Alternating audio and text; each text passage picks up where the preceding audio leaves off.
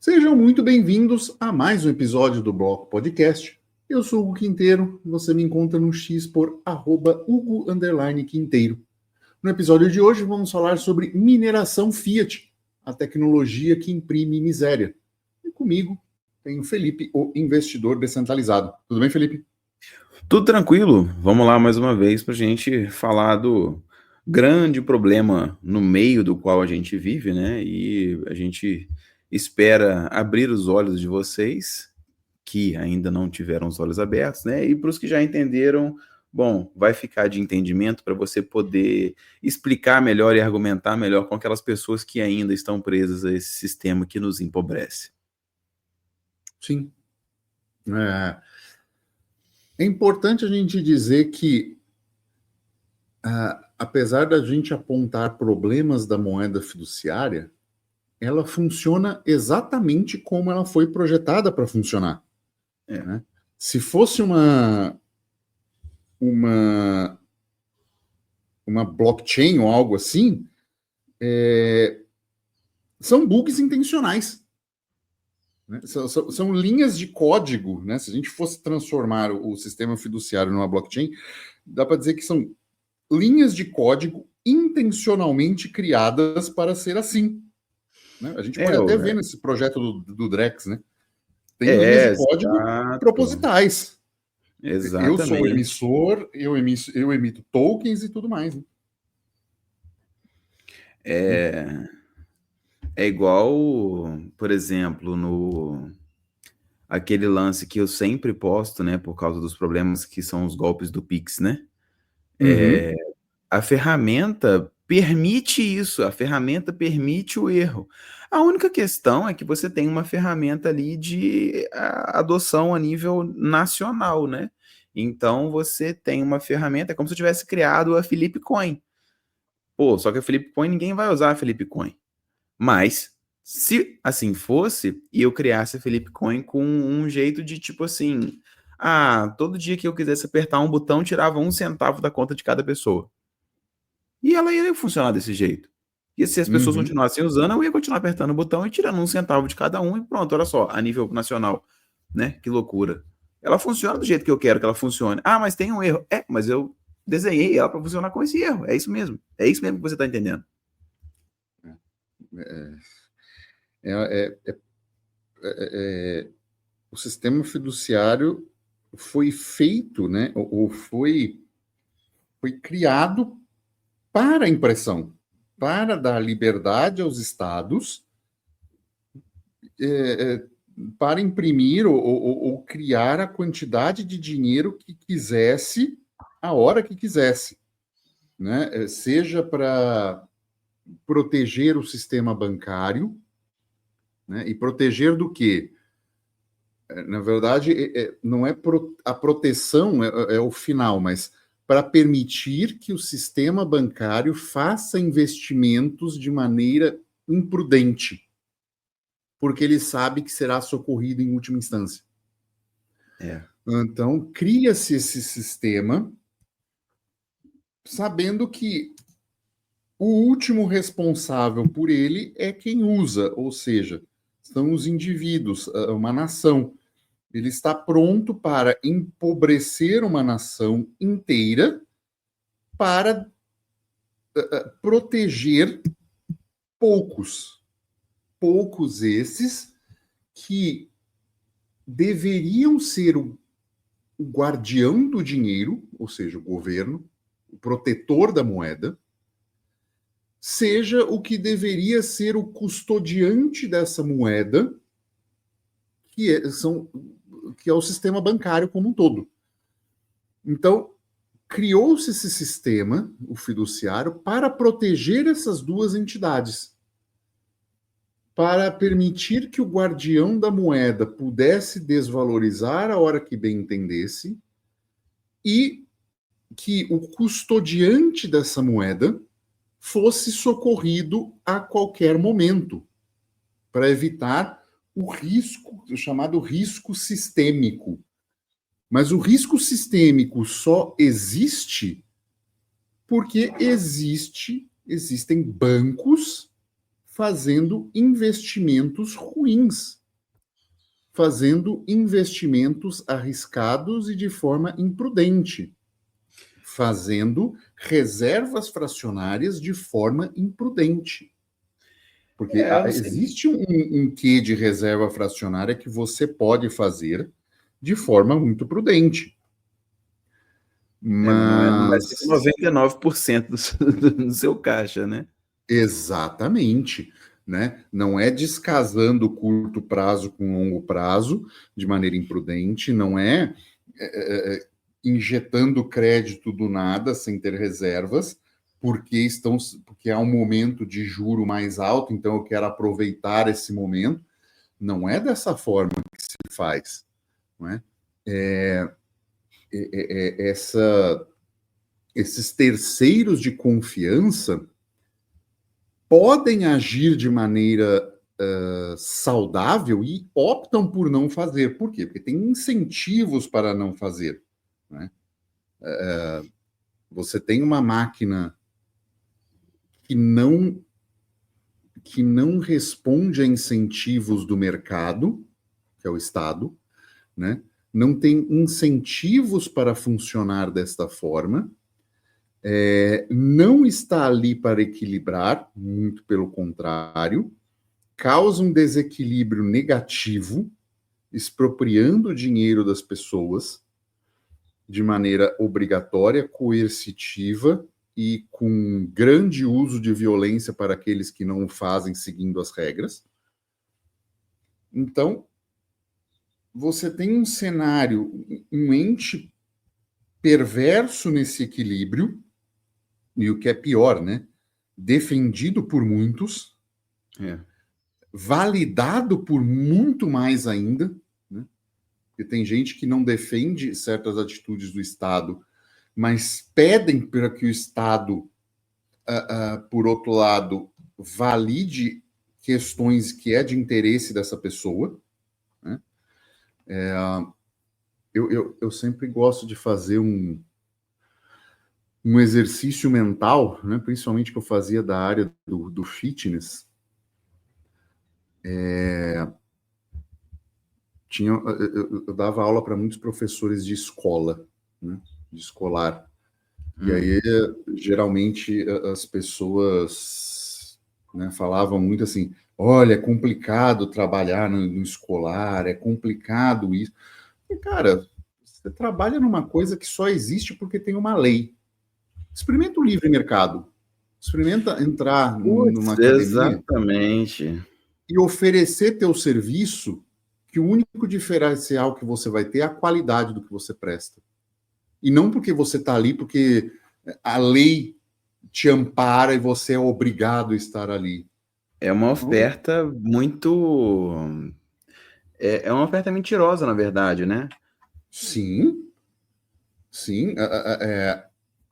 Teve uma época que tentaram banir a educação física das escolas e aí voltaram atrás e tal, mas eu falei, eu sou a favor da retirada. E os professores, mas por quê? Não sei o quê.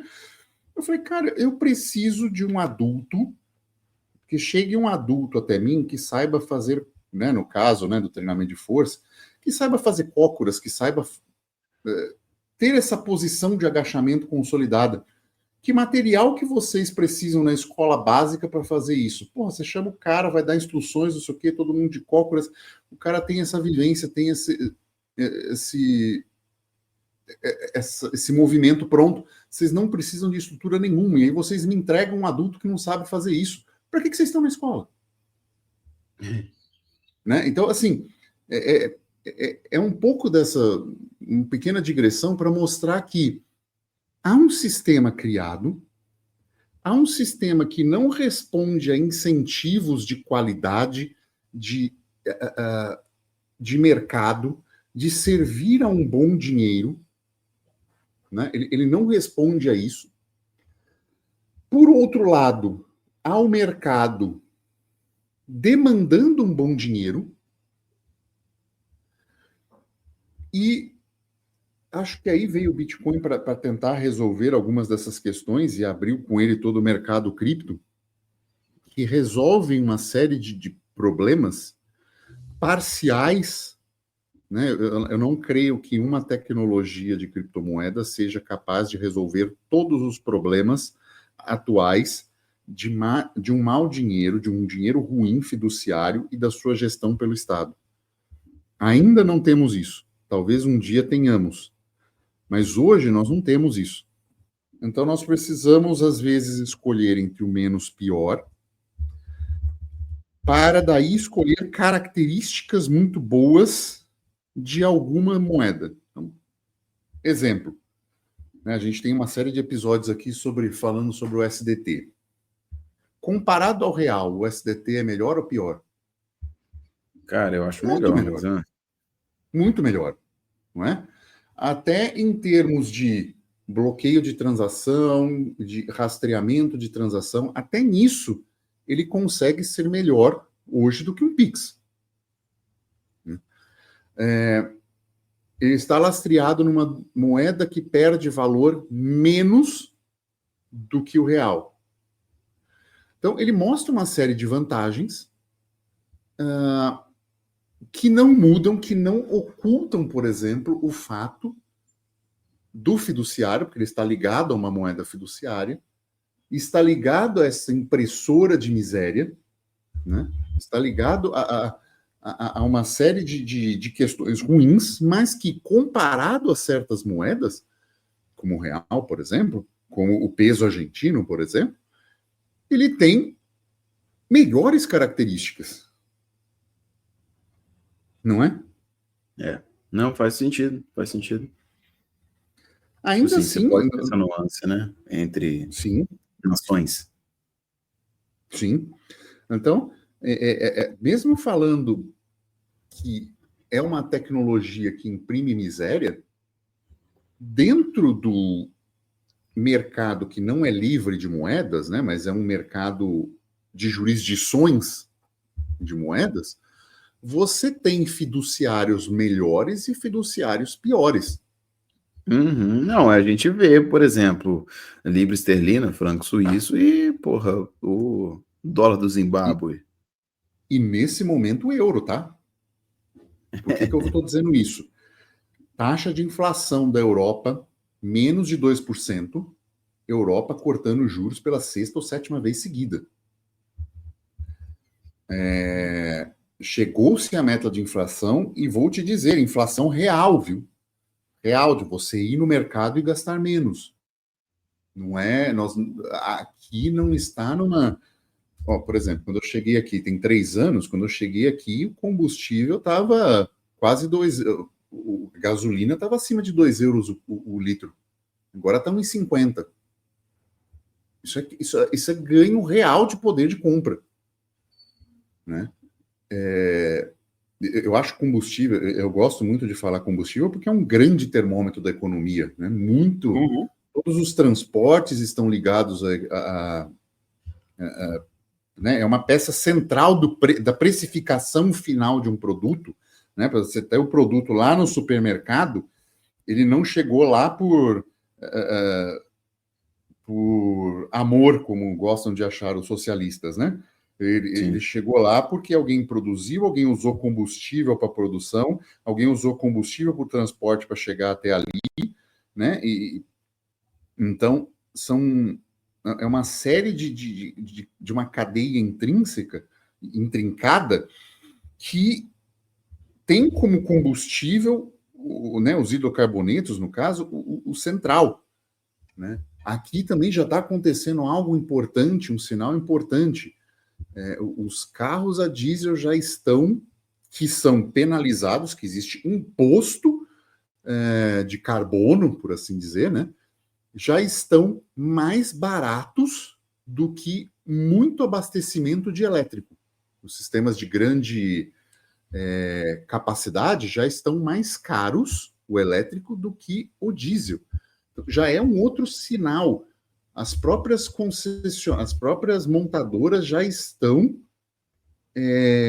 revendo a questão da quantidade de elétricos e de produção de elétricos. Por quê? Porque nós estamos vivendo um outro tipo de cenário, porque existe um fiduciário aqui que, no momento, está respondendo melhor do que até mesmo o dólar. Nesse momento. Né? Olha o momento estranho da economia. Enquanto o mundo está tendo uma certa crise, né? O próprio Brasil está perdendo muito do poder de compra, está com uma inflação de números acima de 4% ao ano. Né? Você está aí, você sabe que a inflação real é maior que isso. Nossa Senhora. Tá com um fiduciário pior, num momento do mundo onde tem lugares que estão com um fiduciário melhor, estão ganhando poder de compra. Enquanto os próprios Estados Unidos está querendo perder poder de compra, está querendo desvalorizar o dólar perante outras moedas. Então, está um momento do mundo onde você olha, mas está crise, mas está crise, mas tem lugar que está aumentando o poder de compra, tem lugar que está diminuindo. Então, essa tecnologia de impressão de moeda, ela causa distorções na mesma linha temporal, ou seja, está todo mundo hoje, né, em junho de 2025, mas tem gente ganhando poder de compra e tem gente perdendo, justamente porque essa questão relativa das coisas. E é algo a se pensar, a capacidade que o fiduciário tem de distorcer uma informação que deveria ser mais fidedigna. O mercado deveria estar se ajustando de outra forma, e não tá, porque o fiduciário vai distorcendo isso não só localmente, mas globalmente, né? Cara, realmente não tem jeito, né? Porque assim, quando a gente entra na ideia do fiduciário, né, não tem como a gente não falar na nação que gere aquele fiduciário, né? A gente está falando do fiduciário como uma coisa só, mas entenda que cada país, né, cada nação tem a sua gestão da sua moeda fiduciária, por exemplo. E aí, dentro dessas várias gestões que vão gerar essas nuances, igual você falou, você tem esses problemas aí de gestão, entendeu? Porque eu posso gerir o meu fiduciário, talvez, de uma forma um pouco mais responsável do que alguém que vai gerir o fiduciário, tipo assim, sabe? Foda-se, é meu, eu faço o que eu quiser, entendeu? Uhum. Então, você vai ter essas nuances, né? Não tem jeito. Cara, uma parada que eu queria falar dessa questão era um ponto que, tipo assim, era voltando um pouquinho, né? Mas eu queria colocar isso, eu deixei anotado aqui. Que foi o seguinte, né? A gente está falando do problema, né? Do defeito que tem na moeda fiduciária. E assim, a gente tem que lembrar, né? A gente tem que voltar um pouco na história, falar de 1971, né? O que aconteceu em 1971, que foi o fim do Tratado de Bretton Woods e, portanto, o fim do lastro ouro nas moedas fiduciárias. E aí, né? Com esse fim desse lastro ouro, a gente chega no que a gente tem hoje. O lastro ouro, ele era uma boa opção, talvez, ele foi interessante, sim, só que depois que a gente teve esse rompimento, né, que foi o que trouxe a gente até agora, você talvez, eu não sei se foi esse o caso, né, mas talvez a gente teve essa substituição, talvez essa sacada, eu diria, de você tirar o ouro como vínculo, exatamente porque fica muito mais fácil de manipular a moeda e a economia não tendo esse vínculo com o ouro. E aí a gente chega novamente de onde a gente está, onde a gente está conversando, que foi que você falou, né? Que lá atrás eu tirei o vínculo ouro. Então agora eu consigo gerenciar a minha moeda fiduciária do jeito que eu bem entendo. E aí cada país, cada nação faz como bem entende para ter uma gestão da sua moeda fiduciária. Para uns foram bons, por exemplo, para o próprio Estados Unidos, né, que encerrou isso e acabou com o padrão ouro, foi bom, porque é a moeda de reserva mundial até hoje, né? Para alguns outros países ainda é interessante, porque ainda tem moedas fortes, só que para outros, né, essa liberdade, entre aspas, de você mesmo gerir o seu dinheiro, se mostrou como uma ruína, porque é o que você vê o pessoal afundando, entendeu? Então, assim, também tem esse detalhe, né? Às vezes essa questão do fiduciário, tipo assim, que eu não sei se ele foi feito com essa intenção de já ser defeituoso nesse quesito da quebra do padrão, né, do link com o ouro. Mas, mesmo que não tenha sido, a gente sabe hoje que ele funciona, né, o padrão, o sistema fiduciário no todo, ele funciona com como é que eu posso dizer? Com esses defeitos mesmo, né? Com certos backdoors, se a gente for olhar, que permitem tais ou quais coisas, né? Com certeza. E também assim, né, essa tecnologia, né, essa mineração do fiduciário, ela não é de forma clara, não existe um trabalho de fato envolvido, cria-se por demanda de pontuais do que ele achar que deve ser feito. Não é uma coisa, por exemplo, como a gente tem no Bitcoin, previsível, né, escasso, difícil de conseguir, né, por tempo, né, cada bloco de 10 minutos, aí são criados novos Bitcoins. Então, não é feito desta forma previsível. Isso muda a maneira com que os incentivos são feitos. Se você tem alguém para te socorrer financeiramente por qualquer coisa que você faça e vai imprimir dinheiro do nada de forma fácil e jogar na economia, seja de forma de crédito, seja do que for, é muito mais simples você fazer o incentivo, é muito mais cruel e o dinheiro perde muito mais valor do que você fazer de uma forma previsível, difícil de acontecer, assim como era com ouro, né? E eu já tô vendo a mudança mais dos maximalistas, cara, e isso é assustador, porque você falou do lastro no ouro, já tem gente falando que Bitcoin vai ser lastro de moeda, cara. Vai. E é uma repetição de história que, né, essa maldição que eu falo do ouro digital é uma maldição com ouro, é uma tentativa que eu acho que já está funcionando muito bem de desmonetização do Bitcoin muito grande, né? Eu acho que não é tentativa, eu acho que é a única saída que eles veem. Com sucesso. Essa que é a questão. Com sucesso. Essa É é porque, uma tipo assim, o cara situação. que propõe isso, eu entendo a proposta dele, e assim, eu não acho que seria ruim uma moeda lastreada em Bitcoin, mas ele propõe isso porque ele não quer assumir, ele não vai falar isso abertamente, que ele já viu que o Bitcoin não vai ser moeda. É essa que é a ideia. Por isso que ele tá falando que vai ter moeda lastreada em Bitcoin, porque é mais fácil você ter uma moeda lastreada em Bitcoin do que você usar o Bitcoin em si. É isso que ele tá falando. Mas enfim, né? E uma moeda lastreada em Bitcoin depende de Não, vai confiança do depender. emissor. Claro, não, claro. E assim, o problema é que esse povo não tá entendendo isso, que se você, mesmo que você, é complicado.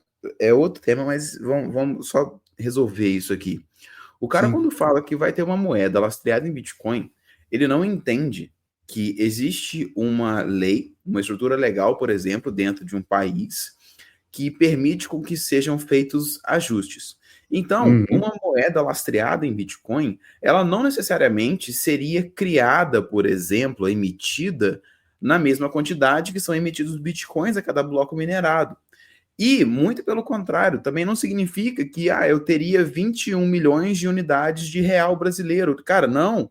Você pode ter uma moeda lastreada em Bitcoin, só que para cada um Bitcoin que você tem entesourado, por exemplo, você pode ter 5 milhões de moedas. Já começa por aí. E aí você consegue colocar os poréns nessa lei, seja lá o que for, né, nessa estrutura jurídica, que a cada 5 anos é discricionário ao poder público criar mais 5 milhões de unidades de moeda porque blá blá blá, né? Tendo em vista as necessidades econômicas do país. Tipo assim, uma coisa bem aberta, bem lero-lero, sabe? E, tipo assim, aí Uhum. você tem uma estrutura jurídica que vai ser vendida como uma moeda lastreada em Bitcoin, e muita gente, por ser ingênua, vai comprar essa tese e vai ficar hypando isso igual eles fazem com MicroStrategy e Melius, como se fosse algo bom, entendeu? E Sim. porque o cara não consegue entender a parte mais intrínseca de toda essa discussão. Porque alguém chega para você e fala assim: ah, temos uma moeda lastreada em Bitcoin.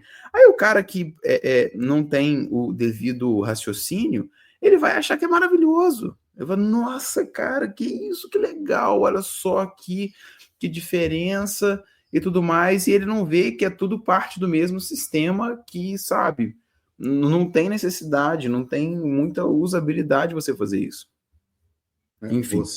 Você não tem. Veja bem, a impressão de dinheiro, diluição do dinheiro, ela pode acontecer em momentos legítimos. Eu vou expandir meu raciocínio logo mais em relação a isso, mas ela só perde esse poder legítimo de diluição se você eliminar o conceito de Estado. Te explico. Suponhamos que você utilize única e exclusivamente Bitcoin na sua nação. E comece a prosperar em relação a isso, porque, né, temos um bom dinheiro e vamos utilizar esse bom dinheiro. Então, o Estado, estrategicamente, começa a utilizar dinheiro de impostos para minerar Bitcoin. Vem uma nação estrangeira, um país estrangeiro, destrói tuas usinas, tua estrutura de mineração e começa a invadir o teu país. E ele tem o poder infinito da impressora. Ele consegue fazer dinheiro do nada, consegue gerar dinheiro, consegue produzir coisas. Então, você é obrigado, de uma certa forma, a fazer o mesmo para conseguir ter esse esforço de guerra. A única coisa que resolveria isso é você não ter um ente capaz de gerar tamanha violência. E você só consegue isso não tendo Estado, tendo indivíduo soberano e tendo seguranças privadas e sociedade de leis privadas, né? Onde aquela comunidade pode se organizar de forma pequena, mas ser soberana ali na sociedade. Então, você só consegue perder esse incentivo legítimo de impressão de dinheiro quando você faz algo assim. É lógico que todos os outros se tornam cada vez mais ilegítimos, porque você está socializando pobreza, e o que é pior, muitas vezes, você está fazendo isso com a maioria das pessoas aprovando, né? Você impõe pobreza através da democracia. Você tem um grande apoio popular e as pessoas pedindo, né? Pode ver quantas pessoas não ficaram felizes e pediram esse auxílio emergencial na questão da pandemia. Uhum. Não foi discutido. Não teve uma pessoa que falou assim, sabe? Não teve um país que foi maioria das pessoas falando, não, nós não queremos. Não queremos esse dinheiro de graça porque a gente sabe que esse dinheiro vai estar sendo diluindo a nossa pobreza. Não teve maioria de um país falando isso. Então, o populismo, esse populismo democrático, né, que a gente está vivendo, ele gera as pessoas pedindo dinheiro, pedindo impressão de dinheiro, ou seja, cavando a própria miséria, né? Metas de inflação, ou seja, metas de inflação é o governo dizendo, olha, eu estou disposto a desvalorizar esse dinheiro a tantos % ao ano, né? Uma nação que fala 2% de meta, ela está dizendo assim, olha, eu posso criar 2% de dinheiro por ano, no mínimo, né? Porque ainda existem certas manobras que você faz que você pode ir além e, na prática, isso gerar um aumento menor da inflação no tempo, ou diluir isso melhor ao longo do tempo. Então, com as pessoas pedindo, né? As pessoas querem, por exemplo, crédito imobiliário mais barato, não pouco se importando se esse dinheiro vem de impressão de dinheiro, né? Muitas vezes o governo faz esses programas, cria esses programas, faz isso de forma a ficar mais acessível para as pessoas, né? O puro populismo, para popularizar o acesso a alguma coisa, vindo de dinheiro de impressão e não das poupanças das pessoas, né, dos poupadores, ou seja, aumentando a base monetária, mas as pessoas pedem isso. Eu acho que esse processo educacional de ter um dinheiro que não pode ser diluído, eu não acho que ele venha antes do colapso do Estado. Entendeu? Assim, ser amplamente utilizado como dinheiro, ele não vem antes do colapso. Ele vai vir, talvez, através de nações que vão utilizar como reserva, né, um ouro que seja, Bitcoin, né, voltar de alguma forma nesse padrão, prosperar dessa forma, mas não vejo isso como um dinheiro puramente P2P sendo utilizado, não estou dizendo pontualmente, estou falando globalmente, sem a queda do que a gente considera o Estado moderno. Não tem como. Eu entendo, porque se você for olhar, cara, a maioria é burra, não tem jeito. O povo não vai entender, né, os conceitos, as aplicações, as ideias e tal. Então, tipo assim, querendo ou não, a gente vive numa bolha, a gente discute para uma bolha. Quem nos ouve uma nata de pessoas que têm algum entendimento melhor ou querem entender mais sobre a questão de finanças, a questão monetária no geral, a questão de forma de se proteger e etc, né? O resto da população não vai ouvir isso. O resto da população está preocupado com o Big Brother. E não é popular, cara. Porque, assim, Não? é difícil mostrar que uma crise ela se faz necessária para corrigir distorções do próprio mercado, né? Você falar assim, pô, mas tem gente passando fome. Mas é temporário, é pontual. Para isso a gente tem questões de doações e coisas assim, incentivar a doação, né? As pessoas querem não ser pobres sem se esforçar para produzir riqueza. Entendeu?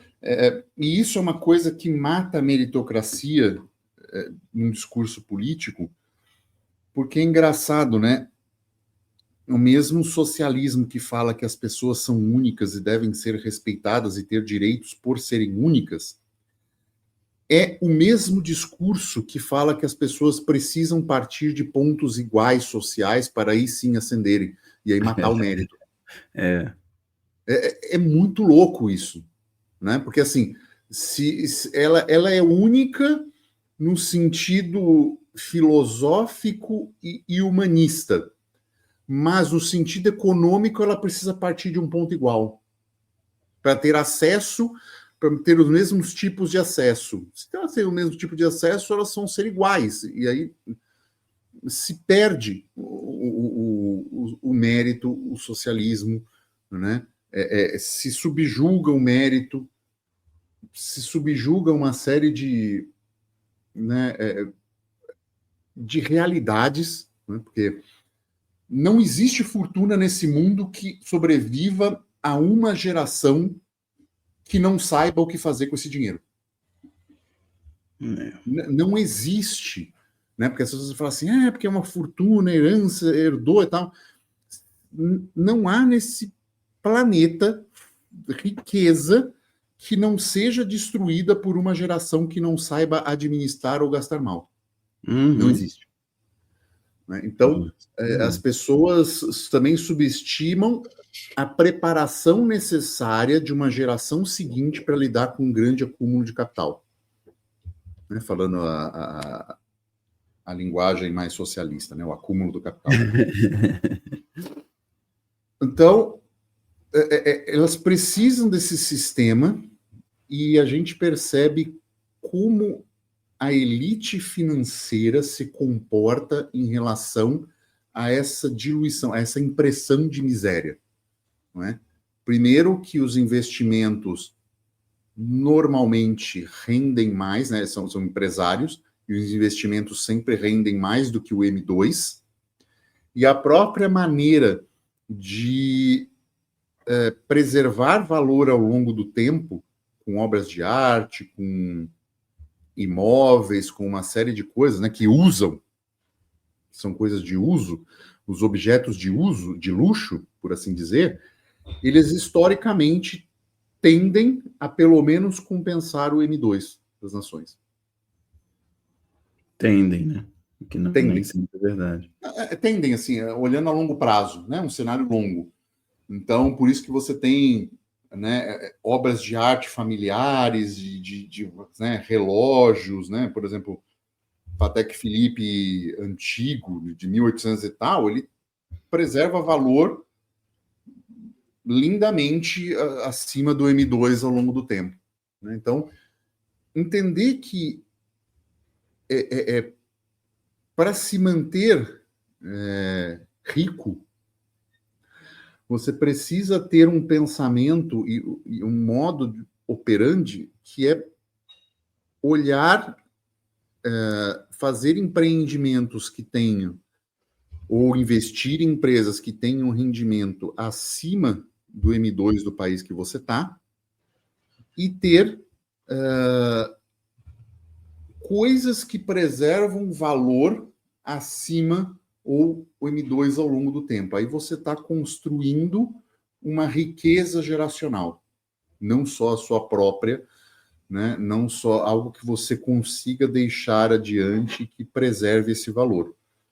Então, são cenários que precisam ser pensados. Por quê? Porque a elite financeira continua elite financeira e o fiduciário, essa impressão de miséria, ela não está atingindo os mais ricos, ela está atingindo justamente a classe média, a classe ascendente, o poder de compra da classe média está caindo, né? Está socializando a pobreza. E aí você cria esta maior desigualdade que hoje é usada com esse discurso, né? Não, precisamos taxar os mais ricos, precisamos taxar mais os mais ricos, como se eles já não pagassem mais imposto, né? Só pela geração de riqueza que eles fazem, né? Então, já se paga muito, mesmo um rico pagando menos imposto percentualmente, ele paga mais imposto do que a maioria né, do que a maioria da classe média. Financeiramente falando, né, em termos de número. Então, essa taxação, aumentar taxa em cima do mais rico é penalizá-lo 2 vezes. E uma nação não prospera se você penaliza os mais ricos, porque esse dinheiro some, né? Uma das outras coisas que as criptomoedas permitiram é o acesso à classe média a fazer certos dinheiros sumirem, serem soberanos sobre esse dinheiro. Algo que as classes, né, os ricos, os grandes milionários já fazem. Só que eles têm estruturas para isso, e isso tem um custo que era impeditivo para a classe média. E hoje nós temos isso, né, mais abrangente, mais acessível a todos, né, todos. Então, são pontos que a gente precisa pensar. Por quê? Porque o fiduciário vai continuar imprimindo e, principalmente, ele vai continuar imprimindo essa miséria com apoio popular e com apoio de uma maioria de uma população. Vai ser isso mesmo. Que eu falo que são os socialistas de esquerda e os socialistas de direita. eles vão continuar querendo acesso a essas coisas, a esses bens de consumo, a bens móveis e imóveis, vão querer esse aumento do padrão de vida e vão querer dinheiro barato e crédito para fazer isso. Eu não acho que a gente não deva utilizar, tá? Muito pelo contrário. Deve sim. Se você tem um M2 num país que está a 10% ao ano e você tem crédito a 4%, por que não pegar? Uhum. Né? Então, tenham isso em mente para utilizar, né? A gente tem episódio dedicado disso, de estratégias para usar o fiduciário e crédito, né? Também importante lembrar que embaixo tem um link, Sovereign Swap, se você quiser ter crédito colateralizado com Bitcoin a taxas mais baratas do mercado, é só chamar, né? Entre em contato, porque é uma dessas formas de usar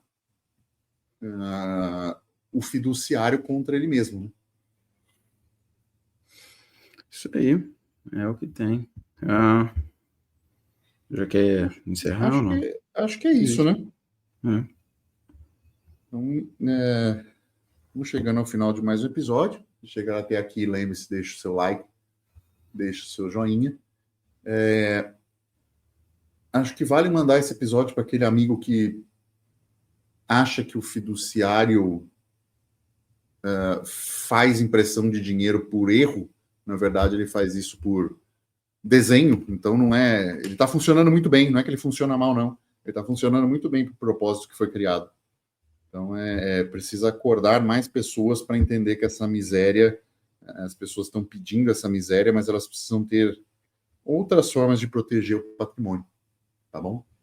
E é isso. Ficamos por aqui e tchau.